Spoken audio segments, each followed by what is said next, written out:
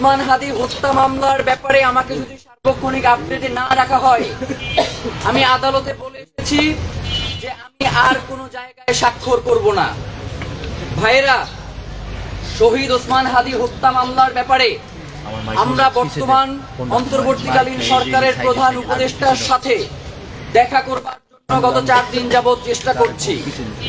আমাদের কাছে এমন কোনো ওয়ে নাই যে ওয়েতে আমরা চেষ্টা করি নাই।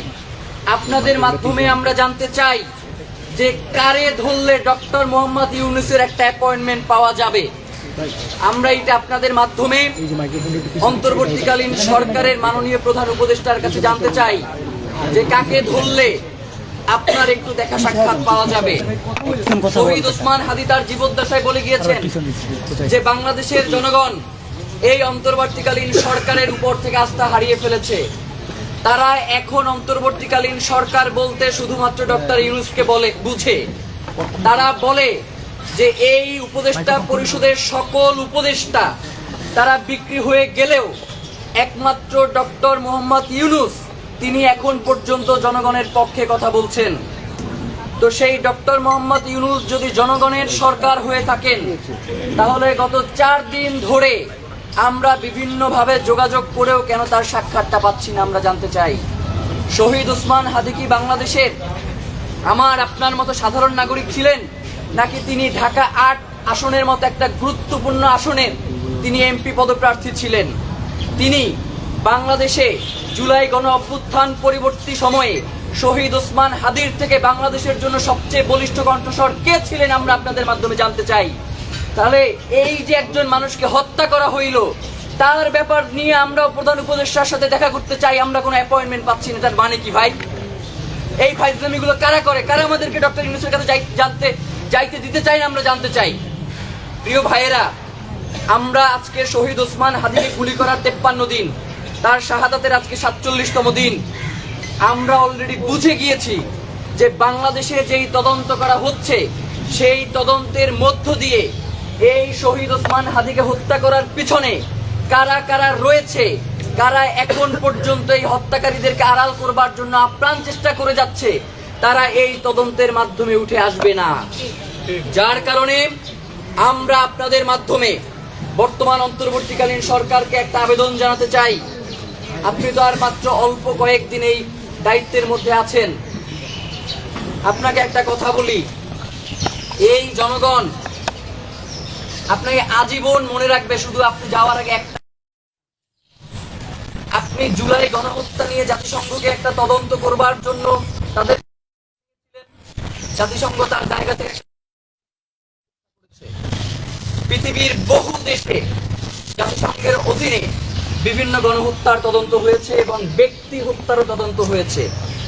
লিবিয়ার সাবেক প্রধানমন্ত্রী রফিক হারিরির যেই তদন্ত, সেটা জাতিসংঘের অধীনে বাস্তবায়িত হয়েছে এবং এর পিছনে যেই খুনি রয়েছে তাদেরকে জাতিসংঘের অধীনে তাদেরকে জনতার সম্মুখে আনা সম্ভব হয়েছে। তো আমরা আপনাদের কাছে বলতে চাই যে শহীদ ওসমান হাদির এই খুনের পিছনে দেশি বিদেশি চক্র জড়িত রয়েছে, যার কারণে আন্তর্জাতিকভাবে জাতিসংঘের অধীনে যাতে শহীদ ওসমান হাদি হত্যা মামলার তদন্ত হয়, যার কারণে বর্তমান অন্তর্বর্তীকালীন সরকারের প্রধান উপদেষ্টা ডক্টর মোহাম্মদ ইউনূসকে আমরা শহীদ ওসমান হাদির পরিবার এবং ইনকিলাব মঞ্চের পক্ষ থেকে আহ্বান জানাতে চাই, আগামী 24 ঘন্টার মধ্যে আপনি জাতিসংঘের কাছে একটি শহীদ ওসমান হাদির হত্যার তদন্তের জন্য একটি চিঠি প্রেরণ করুন। প্রিয় ভাইয়েরা, আপনারা জানেন যে গত কয়েকদিন ধরে মিডিয়ার মাধ্যমে আপনারা দেখছেন যে শহীদ ওসমান হাদির পরিবারকে এই দেয়া হচ্ছে, শহীদ ওসমান হাদির পরিবারকে ওই দেয়া হচ্ছে। আপনাদেরকে একটা কথা বলি, শহীদ ওসমান হাদির 14 গোষ্ঠীরেও যদি কিনে ফেলেন আপনারা, শহীদ ওসমান হাদির হত্যার বিচার না করে আপনারা কোনোভাবেই পার পাইতে পারবেন না। আপনাদেরকে অবশ্যই শহীদ ওসমান হাদির হত্যার বিচার করতে হবে। ভাইয়েরা, প্রেসিডেন্ট জিয়াউর রহমানের শাহাদাতের পরে তার পরিবারকে সাহায্য সহযোগিতা করা হয়েছে, সেই ব্যাপারটা নিয়ে আমি কাউকে কোনো প্রশ্ন করতে দেখি নাই। আওয়ামী লীগের এই পতিত যেই স্বৈরাচার ফ্যাসিবাদী শাসনের যেই কর্ণধার ছিলেন শেখ হাসিনা, তাকেও রাষ্ট্র ক্ষমতা থেকে বিভিন্নভাবে শেখ মুজিবের মৃত্যুর পরে তাকে সহযোগিতা করা হয়েছে। শহীদ ওসমান হাদির মতো একজন গুরুত্বপূর্ণ ব্যক্তির পরিবারকে যদি সহযোগিতা করা হয়, তাহলে এই সহযোগিতার মাধ্যমে খুনের বিচার কিভাবে ধামাচাপা পড়ে যাবে আমরা জানতে চাই। সরকার এই জায়গায় ফাজলামিটা কি করে? সরকার কি করে? যাদেরকে সাহায্য করা দরকার তাদেরকে সাহায্য না করে এর আশেপাশের লোকগুলোরে তারা সাহায্য করে এই জায়গাটাকে বিতর্ক সৃষ্টি করতে চায়। আপনি তো সাহায্য করবেন শহীদ ওসমান হাদির সন্তানকে, আপনি সাহায্য করবেন তার স্ত্রীকে, আপনি সাহায্য করবেন তার মাকে, এর বাইরে আপনার সাহায্য করতে কে বলছে আপনারে? আপনাকে এই ধরনের সিদ্ধান্ত যেইগুলোতে জনবিভ্রান্তি তৈরি হয়, আমরা মনে করছি আপনি এই খুনের বিচারকে আড়াল করবার জন্য এই ধরনের পদক্ষেপগুলো গ্রহণ করছেন। আমরা শহীদ ওসমান হাদির হত্যাকাণ্ডের ব্যাপারে কোন ধরনের এই ছল চাতুরি প্রোপাগান্ডা এইগুলো আমরা করতে দিব না যতক্ষণ পর্যন্ত আমাদের দেহে প্রাণ রয়েছে। প্রিয় ভাইয়েরা, রাষ্ট্রের পক্ষ থেকে এখন পর্যন্ত শহীদ ওসমান হাদির শাহাদাতের পর থেকে এখন পর্যন্ত রাষ্ট্র কোনোভাবে সংবাদ সম্মেলন করে বলতে পারবে না যে এই বাদী বা যারা রয়েছে এই খুনের ব্যাপারে আমাদেরকে সাহায্য করতে চায়, আমাদের পক্ষ থেকে তাদেরকে কোনোভাবে অসহযোগিতা করা হয়েছে। কিন্তু রাষ্ট্র আমাদের কাছে আসতেছেই না, আমরা কিভাবে সহযোগিতা করব আমাদেরকে বলেন? যার কারণে আমরা আপনাদেরকে জানাতে চাই, শহীদ ওসমান হাদির হত্যার বিচার না হওয়া পর্যন্ত বাংলাদেশে ইনসাফের যাত্রা শুরু হতে পারে না। আমরা এটা বিশ্বাস করি না। বাংলাদেশে ইনসাফের যাত্রা শুরু হইতে হইলে শহীদ ওসমান হাদির হত্যার বিচার হইতেই হবে। প্রিয় ভাইয়েরা, নির্বাচন কেন্দ্রিক আপনাদের ইনকিলাব মঞ্চের পক্ষ থেকে কিছু কথা জানাইতে চাই। শহীদ ওসমান হাদি তার জীবদ্দশায় বাংলাদেশে যেই ভোট কেন্দ্রগুলো রয়েছে সেগুলোতে সিসি ক্যামেরা প্রণয়নের জন্য সরকারকে আহ্বান জানাইছিলেন। বলেছিলেন সরকারের যদি খয়রাত লাগে আমরা ক্রাউড ফান্ডিং করে এই সিসি ক্যামেরার ব্যবস্থা করে দিব। বাংলাদেশে এই মুহূর্তে প্রায় ৪৫,০০০ ভোট কেন্দ্র রয়েছে যেগুলো ঝুঁকিপূর্ণ, যেখানে ভোট কারচুপির আশঙ্কা রয়েছে। সেখানে শুধুমাত্র সিসি ক্যামেরা বসালেই হবে না, সেখানে যে সকল পুলিশ সদস্য দায়িত্ব পালন করবেন, অন্যান্য সংস্থার যে সকল সদস্যরা দায়িত্ব পালন করবেন, তাদেরকে বডি ক্যামেরার আওতায় নিয়ে আসতে হবে। কারণ বিগত দিনগুলোতে আমরা দেখেছি এই ফ্যাসিবাদী আমলে পুলিশ সহ অন্যান্য সংগঠনকেও আমরা ব্যালট বাক্সে ভোট দিতে দেখেছি, যার কারণে আমরা তাদের উপরেও পূর্ণাঙ্গ বিশ্বাস স্থাপন করতে পারছি না। যার কারণে আসন্ন ত্রয়োদশ জাতীয় সংসদ নির্বাচনে ঝুঁকিপূর্ণ ভোট কেন্দ্রগুলোর পাশাপাশি যে সকল বাহিনীর সদস্যরা দায়িত্ব পালন করবেন তাদেরকেও বডি ক্যামেরার আওতায় নিয়ে আসতে হবে। আমরা ইতিমধ্যেই দেখতে পাচ্ছি ভোট চাইতে গেলে বিভিন্ন প্রার্থীদেরকে হয়রানি করা হচ্ছে। তাদেরকে বলা হচ্ছে তোমার বয়স কত, তুমি এখনই ভোট চাইতে আসছো কেন? এই বেটা, বাংলাদেশের আইনে যদি আমারে ভোটে অংশগ্রহণ করতে যে নির্দিষ্ট সময়সীমা দেয়া আছে সেটা পারমিট করলে তুই কোন হারামজাদা আছে আমার জিজ্ঞেস করবার যে আমি কেন ভোট চাইতে আসছি? এই যে অবৈধ অর্থ এবং পেশি শক্তির যেই ব্যবহার ভোটের এই মাঠে হয়, সেইটাকে বন্ধ করবার জন্য বর্তমান সরকারে যারা দায়িত্বে রয়েছেন আপনাদেরকে অবশ্যই এটা নিশ্চিত করতে হবে।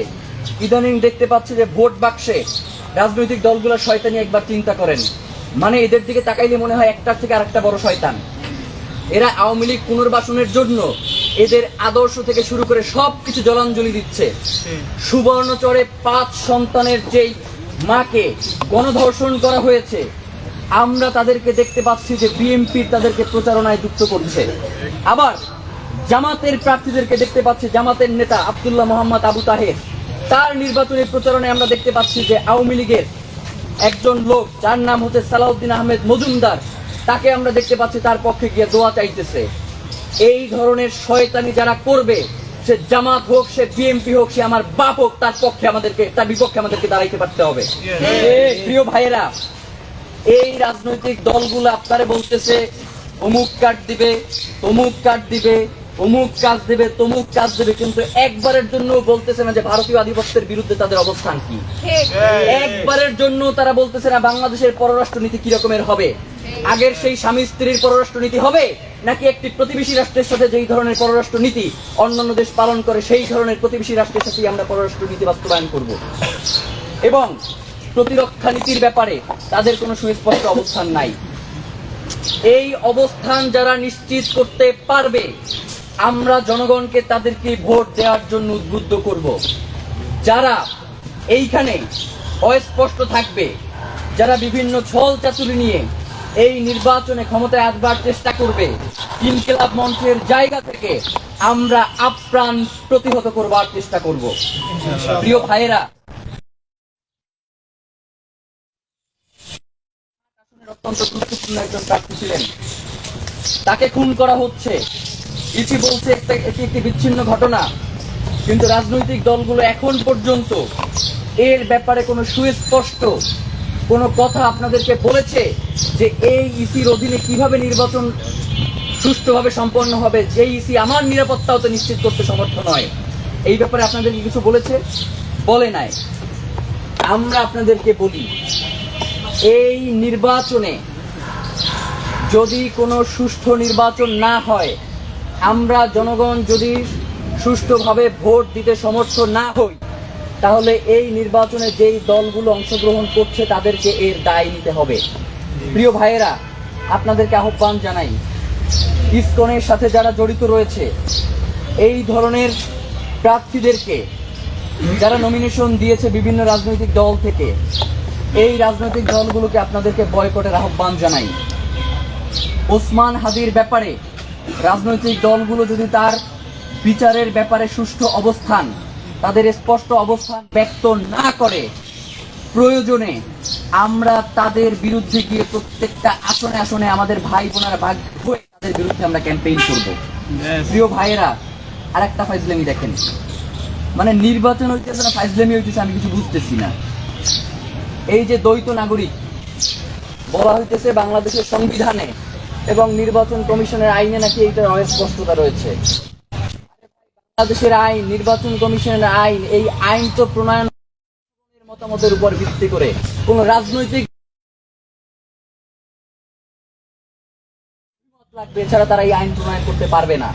ভাইয়েরা, এই যে দ্বৈত নাগরিক রয়েছে, আজকে একটা নির্বাচন করতে ড্যাং ড্যাং করে বিদেশ থেকে চলে আসছে, আবার যখন এই বাংলাদেশ কোনোদিন ক্রান্তি লগ্নে পৌঁছে যাবে, তখন এই হারামিগুলো আবার বিদেশে চলে যাবে। আপনি আমি সেই ক্রান্তি লগ্নে আবার আমাদেরকে বুক পেতে দাঁড়াইতে হবে, যার কারণে এই ইলেকশনে কোনো ভুল করা যাবে না। দ্বৈত নাগরিক যারা রয়েছে, যারা আপনাকে কোনো ক্রান্তি লগ্নে বাংলাদেশের সব থেকে ভয়াবহ মুহূর্তগুলোতে যারা আপনাকে রেখে বিদেশে চলে যায় বা বিদেশে চলে যাবে, এই ইলেকশনে আপনারা তাদেরকে ভোট দিবেন না। আমরা দেখি জামাত, বিএনপি এবং অন্যান্য রাজনৈতিক দলগুলোর দ্বৈত নাগরিকদেরকে নমিনেশন দেওয়া হয়েছে। আমরা ইনকিলাব মঞ্চের পক্ষ থেকে তাদের নাম ধরে ধরে আজকে থেকে আমরা তাদের নাম ধরে ধরে কোন আসন থেকে সে নির্বাচন করছে এবং তাদেরকে ভোট না দেওয়ার জন্য আমরা জানাবো। ঋণ খেলাপির ব্যাপারে এই মুহূর্তে বাংলাদেশের বিভিন্ন রাজনৈতিক দলগুলো তারা ঋণ খেলাপিদেরকে মনোনয়ন, বিএনপি, জামাত বা অন্যান্য রাজনৈতিক দলগুলোর এত দৌলিয়াত্ব কেন? মানে তাদের কি নেতাকর্মীর এত অভাব পড়ছে যে যারা বাংলাদেশের ব্যাংকগুলো লুট করছে, যারা বাংলাদেশের শেয়ার বাজারকে ধ্বংস করে দিয়েছে, এই ধরনের লোকগুলোকে কেন নির্বাচনে নমিনেশন দিয়ে ক্ষমতায় নিয়ে আসতে হবে? আমরা এই রাজনৈতিক দলগুলোর কাছে জানতে চাই। ভাইরা, আমরা ইনকিলাব মঞ্চের পক্ষ থেকে অলরেডি একটা ডাটাবেস তৈরি করেছি যে কোন কোন দলের কোন কোন আসনের কোন কোন প্রার্থীর নামে ঋণ খেলাপির অভিযোগ এসেছে। আমরা আপনাদের মাধ্যমে সেই আসনের প্রার্থীগুলোর তালিকা একটু আপনাদের সামনে জানাতে চাই। আমরা আপনাদের সামনে জানাতে চাই, অবস্থান স্পষ্ট করার দায়িত্ব তাদের, আমাদের নয়। বিএনপির বগুড়া 1 আসন থেকে কাজী রফিকুল ইসলাম, বগুড়া 5 থেকে গোলাম মোহাম্মদ সিরাজ, টাঙ্গাইল 4 থেকে মোহাম্মদ লুৎফুর রহমান, ময়মনসিংহ 5 থেকে মোহাম্মদ জাকির হোসেন, গাজীপুর 4 থেকে শাহ রিয়াজুল হান্নান, মৌলভীবাজার 4 থেকে মোহাম্মদ মুজিবুর রহমান চৌধুরী, কুমিল্লা 7 থেকে রেদওয়ান আহমেদ, কুমিল্লা 9 থেকে মোহাম্মদ আবুল কালাম, চট্টগ্রাম 2 থেকে সারোয়ার আলমগীর, চট্টগ্রাম 4 থেকে মোহাম্মদ আসলাম চৌধুরী, চট্টগ্রাম 6 থেকে গিয়াসউদ্দিন কাদের চৌধুরী, চট্টগ্রাম 16 থেকে মিশকাতুল ইসলাম চৌধুরী, সিলেট 1 থেকে খন্দকার আব্দুল মুক্তাদির, জামাতের ঢাকা 2 থেকে আব্দুল হক স্বতন্ত্র, যশোর 5 থেকে মোহাম্মদ কামরুজ্জামান, ময়মনসিংহ 11 থেকে মোহাম্মদ মোর্শেদ আলম, ব্রাহ্মণবাড়িয়া 5 থেকে কাজী নাজমুল হোসেন, নোয়াখালী 2 থেকে কাজী মোহাম্মদ মফিজুর রহমান, সিলেট 3 থেকে মুস্তাকিম রাজা চৌধুরী, সিলেট 5 থেকে মামুনুর রশিদ, খুলনা 3 আসনের